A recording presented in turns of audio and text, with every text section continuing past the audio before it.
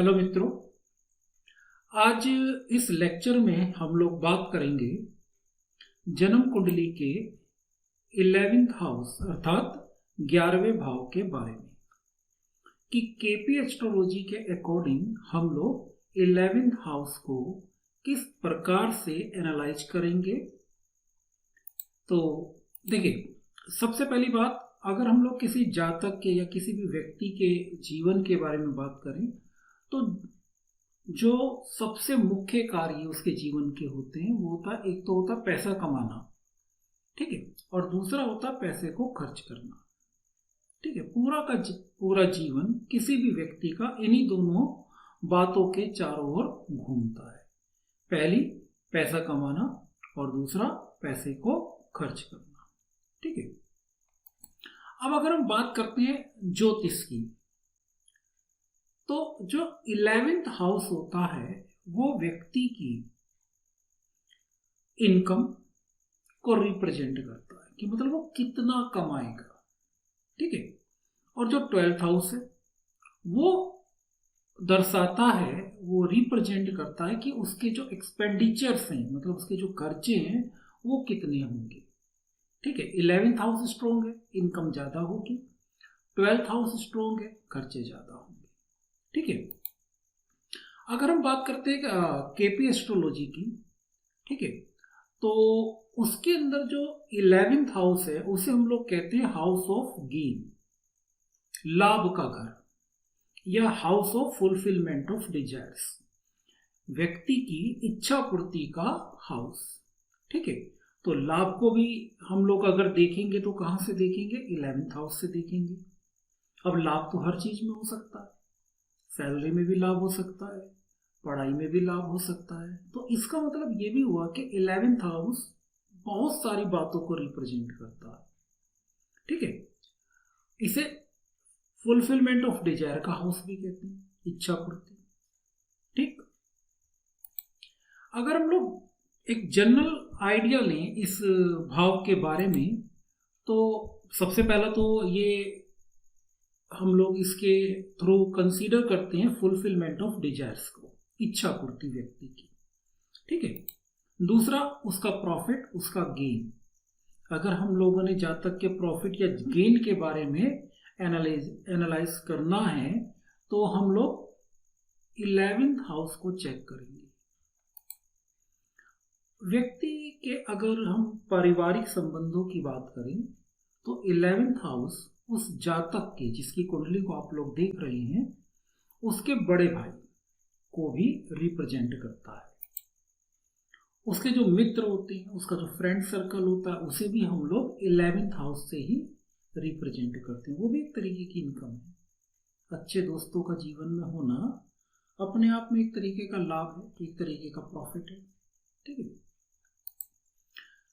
कोई खुशखबरी, ठीक है, कोई हैप्पी न्यूज, अगर हम लोगों ने इसके बारे में कंसीडर करना है तो भी हम लोग 11th हाउस को ही देखेंगे, ठीक है। तो यहाँ पर हमारे पास जो बातें क्लियर हुई है वो ये हुई है कि 11th house house of gain होता है, या house of fulfilment of desires होता है। व्यक्ति की इच्छा पूर्ति, उसके प्रॉफिट, उसके गेन, उसके बड़े भाई, उसके फ्रेंड्स, उसको मिलने वाली कोई भी खुशखबरी, मान लीजिए इंटरव्यू में पास होगा या नहीं, तो उसे वो पास होगा या नहीं, तो उसके लिए हमें कौन से हाउस को कंसीडर करना पड़ेगा? 11th को। व्यक्ति की मैरिज होगी या नहीं, कौन से हाउस को कंसीडर करना पड़ेगा? 11th को, ठीक है। तो इन सब के बारे में अगर हम लोगों को विचार करना है तो हम लोग 11th हाउस पर कंसीडर करेंगे। आगे बढ़ते हैं। अब रूल्स, 11th हाउस से रिलेटेड रूल्स। तो देखिए, ये अभी हम लोगों ने पढ़ा था कि जो rules of gain and loss of money, अभी थोड़ी देर पहले हम लोगों ने पढ़ा था कि जो हमारा 11th हाउस होता है वो गेन को रिप्रेजेंट करता है, ठीक है, व्यक्ति के लाभ को रिप्रेजेंट करता है। अब लाभ किसी भी रूप में हो सकता है, धन के रूप में हो सकता है, स्वास्थ्य के रूप में हो सकता है, किसी खुशी के रूप में हो सकता है, ठीक है। तो अगर हम लोग जन्म कुंडली के 2, 6, 11 इन भावों को कंसीडर करें तो ये हमारे फ्लो ऑफ मनी को दर्शाते हैं। अब वो फ्लो ऑफ मनी भी हो सकता है, फ्लो ऑफ सक्सेस भी हो सकता है। ठीक है, तो जिस जातक की कुंडली पर आप कंसीडर कर रहे हैं, अगर आपने उसके फ्लो ऑफ सक्सेस या फ्लो ऑफ मनी को देखना है तो आपको 2, 6, 11 के कॉम्बिनेशन को देखना होगा। ये जो कॉम्बिनेशन हमारा जितना ज़्यादा स्ट्रॉन्ग होगा उतना ही ज़्यादा उस व्यक्ति को सफलताएं अपने जीवन में प्राप्त होंगी या वो व्यक्ति उतना ही ज़्यादा धन कमाएगा। अगर हम लोग बात करें इसके अपोजिट की तो जो 5, 8, 12 का कॉम्बिनेशन होता है ये आउटफ्लो ऑफ मनी मतलब आपके एक्सपेंडिचर को रिप्रेजेंट करता है। दूसरे शब्दों में कह सकते हैं आपके फेलियर को रिप्रेजेंट करता है, क्योंकि 2, 6, 11 अगर आपके सक्सेस को रिप्रेजेंट कर रहा है तो उसका उल्टा हो गया फेलियर। तो 5, 8, 12 तो इन दोनों पर बड़ा आपने कंसीडर करना। 2, 6, 11 आपका गेन, आपका प्रॉफिट, 5, 8, 12 आपका लॉस, आपका एक्सपेंडिचर। ठीक है, अब मान लीजिए कि 11th हाउस का जो सब लोड है वो 2, 6, 11। देखिए पूरा कॉम्बिनेशन मिलना बड़ा मुश्किल हो जाता है। तो अगर 2, 6 को रिप्रेजेंट करता तो भी उसी परसेंटेज में हम लोग देख लेंगे कितना गेन होगा। 2, 11 को रिप्रेजेंट करता है, 6, 11 को रिप्रेजेंट करता है। तो अगर वो इस कॉम्बिनेशन को या इसके किसी पार्ट को रिप्रेजेंट करता है तो नेगेटिव को धन का लाभ होगा या उसका स्वास्थ्य अच्छा होगा, तो उसे लाभ प्राप्त होगा किसी न किसी रूप में। ठीक है, अब ये कब प्राप्त होगा? तो ऑब्वियस सी बात है, एस्ट्रोलॉजी का एक सिंपल रूल है कि जीवन भर आपको सारे के सारे सुख प्राप्त नहीं होते, वो किसी पर्टिकुलर पीरियड में प्राप्त होते हैं। और वो पीरियड कौन सा होगा? जब जो 2, 6, 11 के सिग्निफिकेटर्स आपको देखने आते होंगे, नहीं आते तो आप पुराने वीडियो में देख सकते हैं कि सिग्निफिकेटर्स को हम लोग कैसे चेक करते हैं। तो 2, 6, 11 इन भावों के सिग्निफिकेटर्स को जो प्लैनेट्स, जो ग्रह रिप्रेजेंट करते हैं, उन भावों की ज्वाइंट पीरियड मतलब उनकी दशा भुक्ति में आपको ये सुख या गेन प्राप्त होगा। ठीक है, अब कंफर्म करना है तो इसके लिए आपको 2nd हाउस के सब लोड को भी चेक करना चाहिए और 6th हाउस के सब लोड को भी चेक करना चाहिए। आमतौर पर होता क्या है कि लोग केवल 11th हाउस को चेक किया और उन्होंने रिजल्ट दे दिया, जबकि होना ये जो वास्तविक मेथड है वो ये है कि अगर आप 11th को चेक कर रहे हैं तो साथ में 2 को भी चेक करें और 6 को भी चेक करें। ठीक है, अगर तीनों ही सब लोड्स पॉजिटिव दिखा रहे हैं तो जो गेन होगा वो बहुत हाई लेवल पे होगा। ठीक है ना, और अगर तीनों में से कुछ पॉजिटिव है कुछ नेगेटिव तो गेन थोड़ा कम होगा। ठीक है, अब इसके अगर हम लोग अपोजिट बात करें, इसके विपरीत बात करें, तो अगर 11th हाउस का सिग्निफिकेटर 5, 8, 12 को रिप्रेजेंट करता है या उसका सिग्निफिकेटर बनता है तो ये ऑब्वियस सी बात है लॉ आपके नुकसान को दर्शाता है। अब वो नुकसान आपकी मनी या धन का भी हो सकता है, आपके स्वास्थ्य का भी हो सकता है, किसी भी रूप में आपको लॉस होगा। ठीक है, कब होगा? ऑब्वियस सी बात है 5, 8, 12 के जो सिग्निफिकेटर्स हैं उन सिग्निफिकेटर्स का जब ज्वाइंट पीरियड आएगा तब आपको वो लॉस होगा। ठीक है, अब इस बात को अगर कंफर्म करना तो फिर आपको 2, 6 के सब लोड को देखना पड़ेगा कि क्या ये भी नेगेटिव है, क्या ये भी 5, 8, 12 के सिग्निफिकेटर्स बन रहे हैं। अगर ये भी 5, 8, 12 के सिग्निफिकेटर्स बन रहे हैं तो लॉस ज़्यादा होगा। लेकिन बाई चांस अगर मान लीजिए कि 2, 6 के जो सब लोड हैं वो 5, 8, 12 की जगह 2, 6, 11 के सिग्निफिकेटर बनते तो लॉस का जो परसेंटेज है वो थोड़ा कम होगा। ठीक है, ये जो सिग्निफिकेशन है 5, 8, 12 का, अगर ये किसी भी कुंडली में आपको मिलता है तो ये वर्स्ट कॉम्बिनेशन कहलाएगा और इसके कारण जातक को, नेटिव को, जिस व्यक्ति की कुंडली को आप देख रहे हैं उसे जीवन भर मतलब दुखों का सामना करना पड़ेगा, किसी ना किसी रूप में उसे दुख मिलेंगे। ठीक है, 5 8 12 का जो कॉम्बिनेशन है वो अच्छा कॉम्बिनेशन नहीं माना जाता। ये समाज में व्यक्ति को इंसल्टेड करवाता है, इंसल्ट फील करवाता है। ठीक है, बेइज्जती सी महसूस होती है उसे, किसी भी कारण से कोई भी घटनाएं घट जाती हैं इससे। और भी बहुत कुछ है जिसके बारे में हम लोग कभी बाद में डिस्कस करेंगे। ठीक है, तो 5 8 12 का कॉम्बिनेशन आपके लिए नुकसानदायक रहेगा। अब अगर हम बात करते हैं एजुकेशन की, तो देखिए एजुकेशन के जो हाउस माने जाते हैं वो 4 और 9 माना जाता है।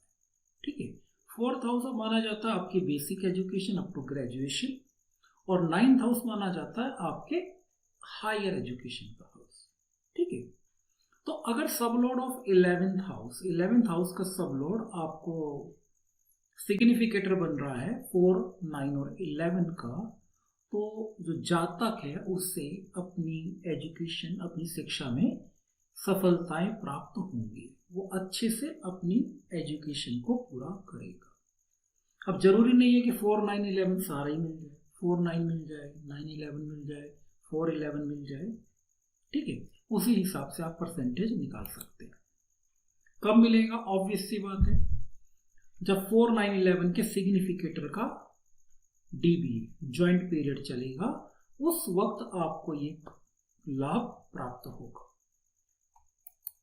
ठीक है, अब इसे कंफर्म करना है तो आपको 4th हाउस के सबलोड को भी चेक करना पड़ेगा। 4th हाउस के सबलोड को क्यों? क्योंकि हम लोग यहाँ पर बेसिक एजुकेशन की बात कर रहे हैं अप टू ग्रेजुएशन। ठीक है, अगर हम लोग हायर की बात करते तो फिर 9th हाउस के सबलोड को भी चेक करना पड़ता। अगर हम बात करते हैं पोस्ट ग्रेजुएशन या डॉक्टरेट की, ठीक है, मतलब यहाँ पर हायर एजुकेशन आ गई, तो इसके लिए आपने ऑब्वियस सी बात है चेक तो 11th के सबलोड को ही करना है, तो वो सिग्निफाई करे 9 और 11 को।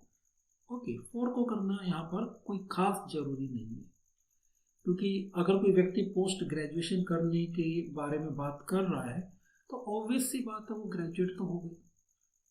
तो अगर 11th का जो सब लोड है वो सिग्निफिकेटर बनता है 9 और 11 का, तो 9 हमारा हायर एजुकेशन को रिप्रेजेंट करता है और 11th हमारा जो है वो है हाउस ऑफ गेन या फुलफिलमेंट ऑफ डिजायर्स, या हमारे लाभ का भाव है।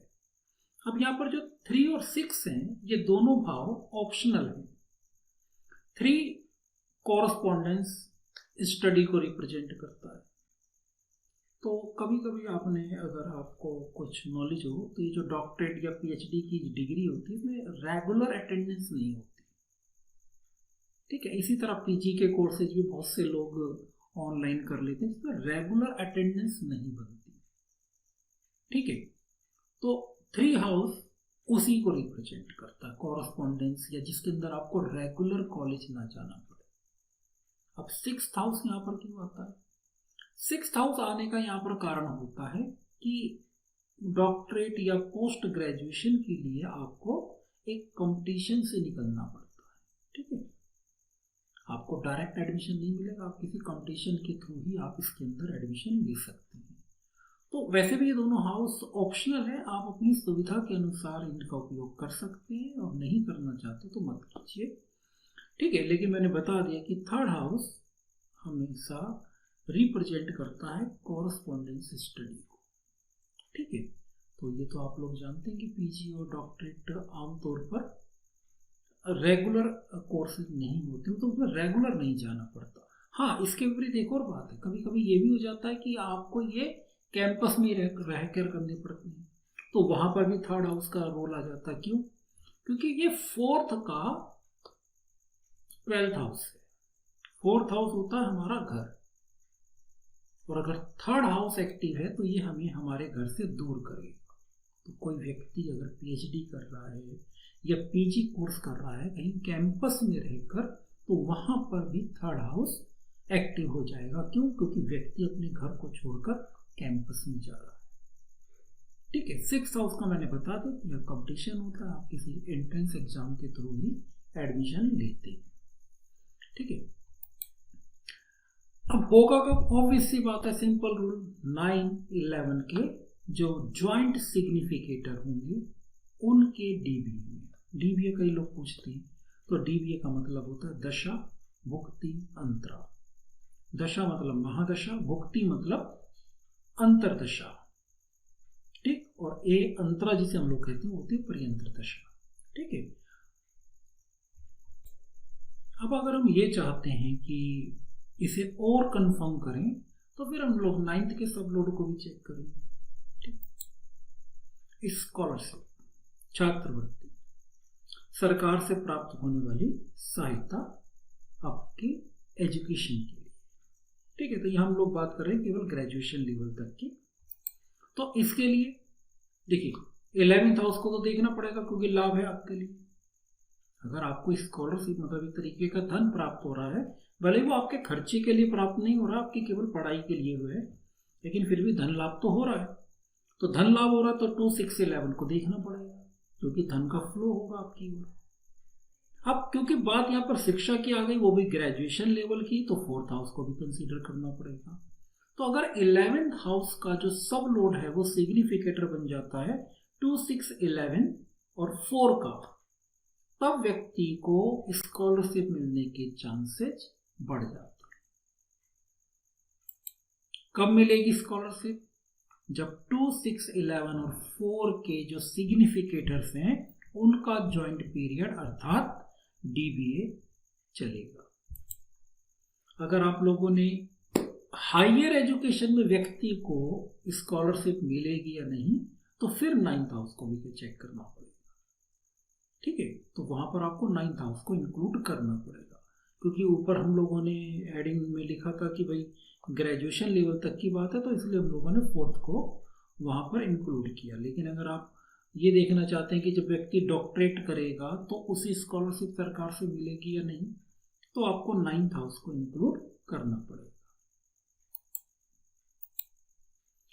अब बात करते हैं टेनांट की, किराएदार। तो अगर 11th हाउस का जो सब लोड है वो सिग्निफिकेटर बन जाए 4 और 9 का, अब 4 और 9 का क्यों बनता है बात करते हैं इसके बारे में। तो जातक को किराएदार मिल जाता, मतलब उसका कोई रूम वगैरह खाली था, उसमें रहने के लिए उसे किराएदार मिल जाएगा, ठीक है। आमतौर पर ये जो क्वेरी है ये होरारी से देखी जाएगी, ठीक है। अब कब होगा ये? जब ज्वाइंट पीरियड चलेगा इनका 4 और 9 के सिग्निफिकेटर्स का। अब इसे अगर आप कंफर्म करना चाहते हैं तो 6th हाउस को भी देख लीजिए, उसका सबलोड भी क्या यही कॉम्बिनेशन दर्शा रहा है या नहीं। अब 4 और 9 क्यों लिए गए? क्योंकि देखिए अगर हम लोग जातक के मकान की बात करते हैं तो 4 और 11 को देखा जाता है, ठीक है। उसे अगर मकान मिलेगा या नहीं, किसी जातक को अगर आप उसकी कुंडली देख रहे हो और ये देखना चाहते हैं कि उसे मकान मिलेगा, उसका मकान बनेगा या नहीं, तो 4 और 11 को देखना पड़ेगा, ठीक है। कहां से? लग्न से। अब अगर आप टेनांट की बात करते हैं, अपने किराएदार की बात करते हैं, तो किराएदार को रिप्रेजेंट करता है 6, तो छठा भाव तो हो गया। अब छठे का 4th क्या होगा? 6, 7, 8, 9, तो 9 हो गया। तो 9 इस वजह आया क्योंकि ये आपके किराएदार का घर हुआ, जिसे वो किराए पे, भाई किराए पे रह रहा है, वह तो उसका अपना ना, जब तक वो पहले पैसे दे रहा है। और 4 क्यों आया? क्योंकि ऊपर का कॉम्बिनेशन है 4 और 11, तो 11 भी तो चाहिए। तो अगर आप 6th हाउस से गिनना स्टार्ट करेंगे तो जो 11th बनेगा वो 4th हाउस बनेगा, किसके लिए? टेनांट के लिए। तो इसलिए 4 और 9 को यहां पर लिया गया।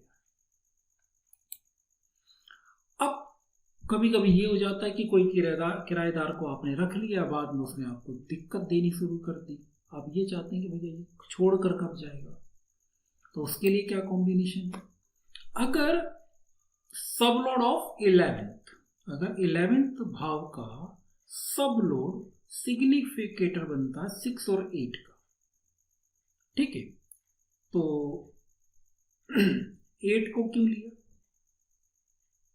8 को क्यों लिया? 6 तो लिया क्योंकि किराएदार के बारे में बात हो रही है। देखिए ऊपर 9 लिया है, 9 कौन है? 9 है किराएदार का घर, भले वो किराए पे रह रहा है लेकिन है तो उसका ही ना उस वक्त। तो उससे वहां से निकालना है तो उसका नेगेशन करवाना पड़ेगा, और 9 का नेगेट कौन करेगा?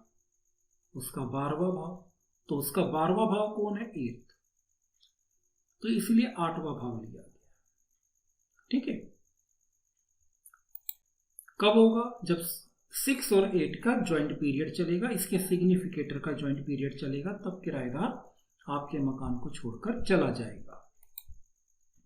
ठीक है, कंफर्म करना चाहते हैं आप तो आप छठे भाव के सब लोड को भी चेक करें। अब हम बात करते हैं लॉटरी के गेन की। पैसे का अर्निंग वहां से भी होती है लोगों की, हालांकि नुकसान भी होता है, वही गलत बात है। तो पैसे का फ्लो आपको चाहिए, तो पैसे के फ्लो के लिए कौन से भाव आपको देखने हैं? 2, 6, 11, और लॉटरी को रिप्रेजेंट करता है 3rd हाउस।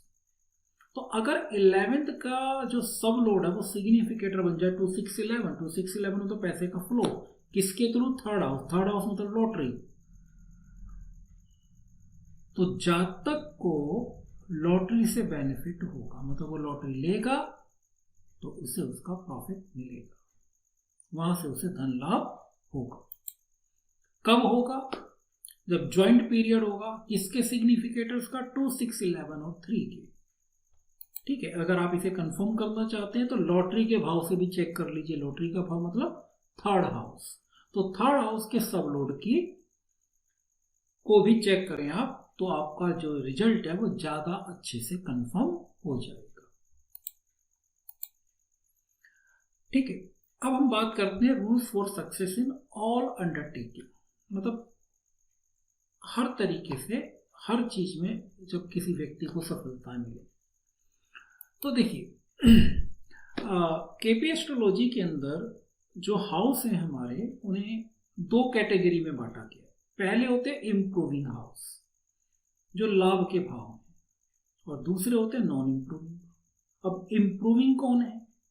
1, 2, 3, 1, 2, 3, 6, 10, 11। ये जो भाव हैं ये व्यक्ति को हमेशा लाभ पहुंचाते हैं, इन्हें इम्प्रूविंग हाउस कहा जाता है। ठीक है, तो अगर यहां पर जो रूल है वो ये है कि अगर 11th का जो सब लोड है वो सिग्निफिकेटर बने 6, 11, और इसके साथ साथ किसका? 1, 2, 3, 10, तो सारे इंप्रूविंग हाउसेज आ गए। Then native succeed in all the undertaking. तो देखिए ये कॉम्बिनेशन बनना भी बड़ा मुश्किल है कि सारे ही बन जाए। तो 6, 11 तो मस्ट है कि 6, 11 तो होना ही चाहिए, मतलब 11th हाउस का जो सब लोड है वो सिग्निफिकेटर बने, कम से कम किसका बने? 6 और 11 का। बाकी ऑप्शनल है, लेकिन आपको याद कैसे रहेंगे? तो आप ये याद रखिए कि केपी एस्ट्रोलॉजी के अंदर हाउसेज को 2 कैटेगरी में डिवाइड किया गया है। पहला इंप्रूविंग हाउसेज, मतलब 1, 2, 3, 6, 10, 11, ये हमारे इंप्रूविंग हाउस है। ठीक है, ये हमेशा जातक को प्रॉफिट ही दिलाते हैं। तो अगर इन भावों का सिग्निफिकेटर आपका 11th का सब लोड बनता है तो जो जातक है उसे हर फील्ड में सफलताएं प्राप्त होंगी।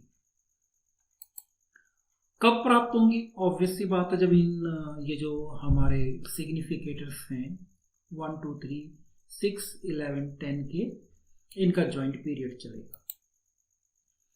ठीक है, अब अगर हम लोग इसके अंदर एक पर्टिकुलर चीज देखेंगे, विनिंग द इलेक्शन। तो इलेक्शन में अगर जीतने की बात करें, मैंने कहा था ना ऊपर वो जो कॉम्बिनेशन है 1, 2, 3, 10, वो ऐसा नहीं कि वो सारे में आएगा। तो अगर हम लोग बात करते हैं कि व्यक्ति इलेक्शन में जीतेगा या नहीं, तो 11th हाउस का जो सब लोड है वो सिग्निफिकेटर बनना चाहिए। 6 और 11 का तो उसे बनना ही बनना। ठीक, इसके साथ साथ अगर वो 1 और 10 का भी सिग्निफिकेटर बन जाता, मतलब कॉम्बिनेशन बन जाता, वक्त 1, 6, 10 और 11, तो उसके किसी इलेक्शन में जीतने की संभावना बढ़ जाती है। देखिए 10th हाउस ऑब्वियस सी बात है स्टेटस को रिप्रेजेंट करता है। तो जब कोई व्यक्ति इलेक्शन जीतता है तो किसी पद पर पहुंचता है तो उसका स्टेटस बढ़ता है। 1 जातक को रिप्रेजेंट करता है।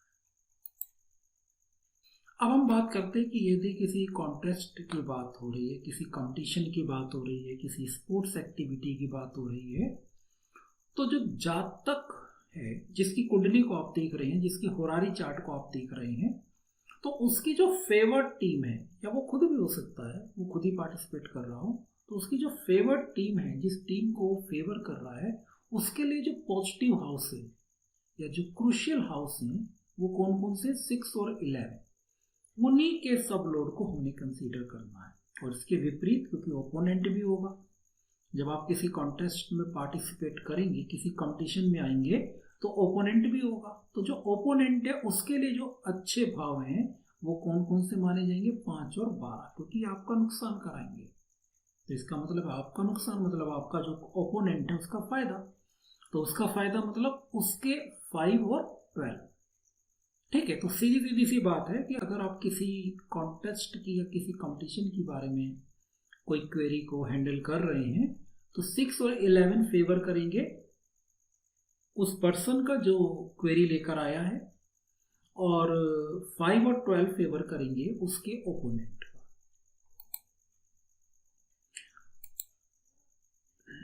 अगर हम बात करते हैं कि भाई आपके लॉस की किसी कंपटीशन में, तो मैंने कहा था improving and non improving houses. तो इम्प्रूविंग हाउसेज जो आपको लाभ पहुंचाते हैं, तो नॉन इम्प्रूविंग हाउसेज आपको नुकसान पहुंचाएंगे, किसी भी रूप में हो सकता है वो। तो यहाँ पर कौन कौन से नॉन इम्प्रूविंग हाउस हुए हमारे, तो देखिए 1 2 3 6 10 11 तो चले गए तो इम्प्रूविंग में। तो बचे क्या, 5 8 12 4 7 9, सीक्वेंस में पढ़ें तो 4 5 7 8 9 10। ये जो भाव हैं ये कहलाते हैं नॉन इम्प्रूविंग हाउस। इसके अंदर मेन कौन है, 5 8 12, क्योंकि ये आउटफ्लो ऑफ गेन को दिखाते हैं। ठीक है, मतलब लॉस हो रहा है आपका एक तरीके से। तो अगर ये भाव 11th का सब लोड सिग्निफाई करता है, तो जातक को लॉस होगा। कब होगा, ऑब्वियस सी बात है, जब इन हाउसेज के सिग्निफिकेटर का डीबीए चलेगा। कंफर्म करना है तो 6th हाउस को चेक कीजिए, मतलब उसके सब लोड को भी चेक कीजिए। 6 क्यों, क्योंकि कंपटीशन 6th हाउस से देखा जाता है। ठीक है, इंटरव्यू में सक्सेस कब होगी, तो इंटरव्यू के लिए जो सबसे इंपॉर्टेंट हाउस होते हैं वो 3 और 9 होते हैं। ठीक है, क्योंकि 3rd हाउस जातक के इंटरव्यू को रिप्रेजेंट करता है, और 7th उसका जो व्यक्ति इंटरव्यू ले रहा है, 7th उसे रिप्रेजेंट करता है। तो उसका 3rd हाउस कौन हुआ, 9। बात समझिए, 1st हाउस जातक का है, नेटिव का, जिसका चार्ट आप देख रहे हैं, जिसका होरारी चार्ट आप देख रहे हैं, तो उसका 3rd हाउस उसे रिप्रेजेंट कर रहा है, उसके इंटरव्यू के। तो उसके अपोजिट कौन बैठा है, 7th हाउस, तो उसका 3rd को क्या हुआ, 9। तो इसलिए 11th का सब लोड अगर सिग्निफिकेटर बनता है 3 और 9 दोनों का, तो जातक को इंटरव्यू में सफलता प्राप्त होने के चांसेस ज्यादा होते हैं।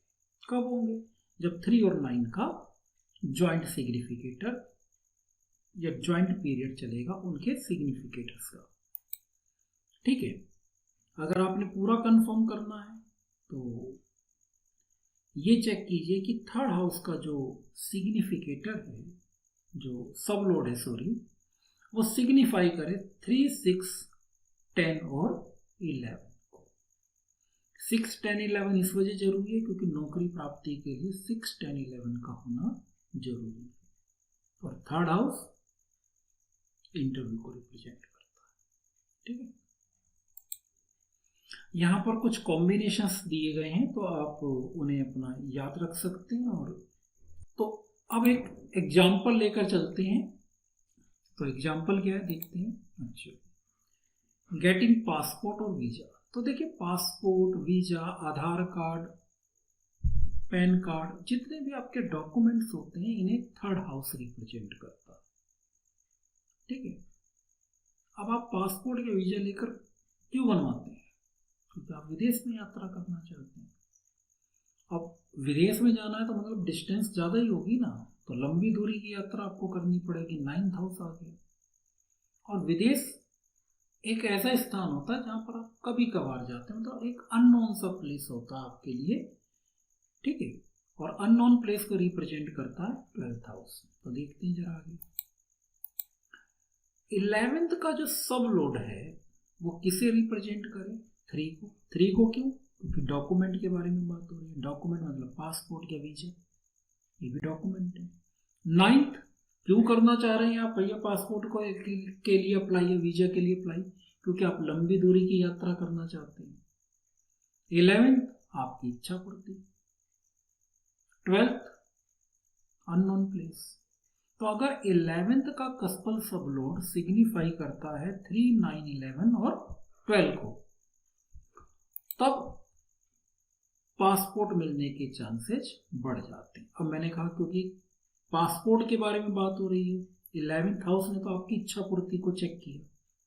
अब आपने पासपोर्ट के हाउस से भी तो चेक करना है इसी कॉम्बिनेशन को। तो पासपोर्ट का हाउस कौन सा है? 3rd house. तो अब आप 3rd हाउस के कस्पल सब लोड के पास जाइए और फिर वहां से भी इसी कॉम्बिनेशन को चेक कीजिए, ठीक है। दोनों जगह से पॉजिटिव अगर आपको रिजल्ट मिल रहा होगा, पॉजिटिव कंफर्मेशन मिल रहा होगा, तो ही आप कह सकते हैं कि पासपोर्ट मिलेगा या नहीं मिलेगा, ठीक है। 3rd house change of residence. इससे हाँ एक और बात है कि ये चेंज ऑफ रेजिडेंस को भी बताता है, क्योंकि 4th हाउस आपका रेजिडेंस जो आपका घर है। अब आप अगर विदेश जा रहे हैं तो अपने घर को छोड़ के ही तो जाएंगे, घर को साथ थोड़े ना लेकर जाएंगे। तो 3rd हाउस इस बात को भी रिप्रेजेंट करता है कि वो आपको आपके घर से दूर कर देगा, क्योंकि उसे नेगेट करेगा। 12th हाउस है। 3rd हाउस क्या है? 4th का 12th। और केपी का सिंपल सा रूल है कि हर हाउस का 12th हाउस उस हाउस के रिजल्ट को नेगेट करता है, ठीक है, उससे दूर करता है। 9th मैंने भी पहले बताया कि लॉन्ग डिस्टेंस ट्रेवल के बारे में बात करता है। 12th न्यू एनवायरनमेंट के बारे में बात करता है, अननोन प्लेस के बारे में बात करता है। अब ये जो चार्ट हम लोगों के सामने है, ये एक होरारी चार्ट था और नेटिव ने जो नंबर दिया था वो दिया था 18, ठीक है। कौन से दिन हुआ था? तो ये 10 मार्च 24 में, और टाइमिंग थी शाम को 8:56:50, ठीक है। प्लेस जहां पर इस चार्ट को चेक किया गया उसके लॉन्गिट्यूड मैंने दे दिए, लॉन्गिट्यूड और लैटिट्यूड दोनों, तो आप उन्हें देख लेंगे। क्योंकि एक होरारी चार्ट है, तो होरारी चार्ट की जो क्वेरी आपसे की गई है वो सही है या गलत है, जहां तक ने एम ही पूछ लिया है या वास्तव में उसकी इच्छा है ये जानने की, तो इसे कंफर्म करने के लिए हम लोग सबसे पहले मून को चेक करते हैं। तो यहां पर अगर हम मून को देखते हैं तो मून सिग्निफाई करता 4 और 11 को, ठीक है। यहां पर देखिए मून के जो हाउस हैं 4 कर्क राशि है, और बैठा कहां पर है मून? सॉरी, मैंने राशि चार्ट में देखा, मुझे देखना था ये भाव चलित 2nd नंबर का जो है। तो यहां पर देखिए ये 4th मतलब कर्क राशि, तो मून का हो गया। और 11th में कौन बैठा है? मून। तो इस तरीके से मून किसे सिग्निफाई कर रहा है? 4 और 11 को, ठीक है। अब जो मून का सब लॉर्ड है, सॉरी स्टार लॉर्ड है, वो है जुपिटर।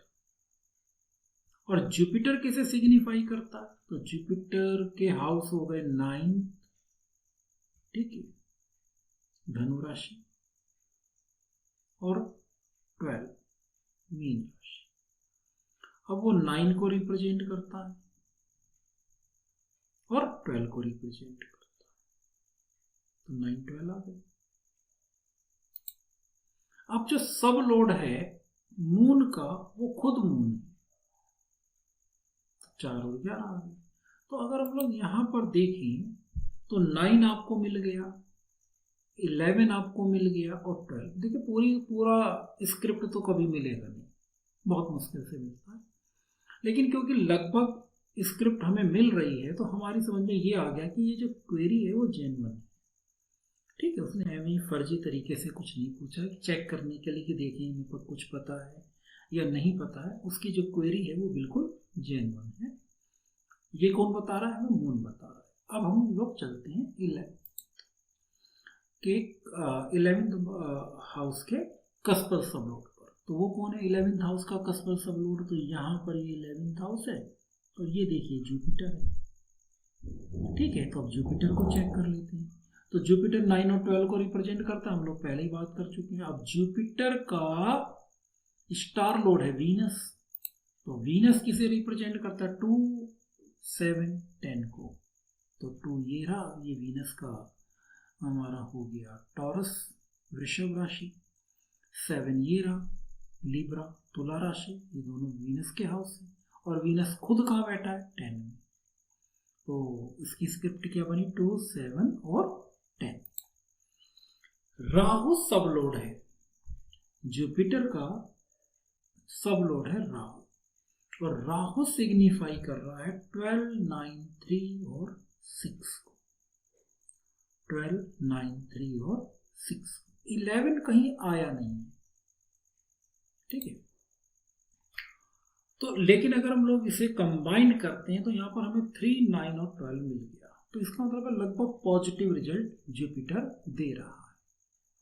ठीक है, क्योंकि टोटल कॉम्बिनेशन तो 3, 9, 11, 12 का 11 नहीं आया, कोई बात नहीं, लेकिन 3, 9, 12 आ गया है। अब थर्ड कस्पल सबलोड को देखते हैं, जो कौन है? वीनस। कैसे पता लगा? आप यहां पर आइए, ये रहा। ओके, अब वीनस 2, 7, 10 को रिप्रेजेंट करता है। वीनस का स्टार लोड है मंगल, मार्स। तो मार्स को देखते हैं, तो मार्स रिप्रेजेंट करता 1, 8, 10 को। 1 ये रहा, 8 स्कॉर्पियो, 1 मेष राशि एरीज, 8 स्कॉर्पियो, और मंगल खुद का बैठा है 10 में, 1, 8, 10। अब इसका जो सब लॉर्ड है वीनस का, वो खुद वीनस है, तो 2, 7, 10 यहां दिक्कत होगा। तो वीनस सिग्निफाई नहीं करता है 3, 9, 11 और 12। इवन ये किसी भी हाउस को रिप्रेजेंट नहीं कर रहा है इन चारों में से। ना तो 3 को रिप्रेजेंट करता है, ना 9 को रिप्रेजेंट करता है, ना 11 को, ना 12 को। तो देखिए 11th हाउस का जो सिग्निफिकेटर था, सॉरी, जो कस्पल सबलोड था जुपिटर, उसने तो पॉजिटिव रिजल्ट लगभग दिखाया। लेकिन जो थर्ड हाउस का कस्पल सबलोड है वीनस, उसने सिरे से इसे खारिज कर दिया। तो फाइनल रिजल्ट क्या आया कि हम ये नहीं कह सकते कि भाई बिल्कुल क्वेरी नेगेटिव है, ऐसा नहीं है, पूरी नेगेटिव नहीं है, क्योंकि जुपिटर पॉजिटिव रिजल्ट दिखा रहा है, लेकिन वीनस ने उसे पूरी तरीके से नकार दिया। तो इसका मतलब ये हुआ कि बहुत कम चांसेस है। हाँ, अगर जुपिटर भी नेगेटिव होता, वीनस तो नेगेटिव है, जुपिटर भी नेगेटिव होता, तो हम लोग यहां लिख देते कि भैया 100% चांस है कि उसे पासपोर्ट प्राप्त नहीं होगा। लेकिन क्योंकि जुपिटर एक आशा की किरण दिखा रहा है, पॉजिटिव है थोड़ा सा, लेकिन वीनस ने पूरी तरीके से नकार रखा, तो बहुत कम चांसेज हैं कि उसे पासपोर्ट मिल जाए। ठीक है, तो आज के लिए इतना ही, फिर मिलते हैं अगले वीडियो में।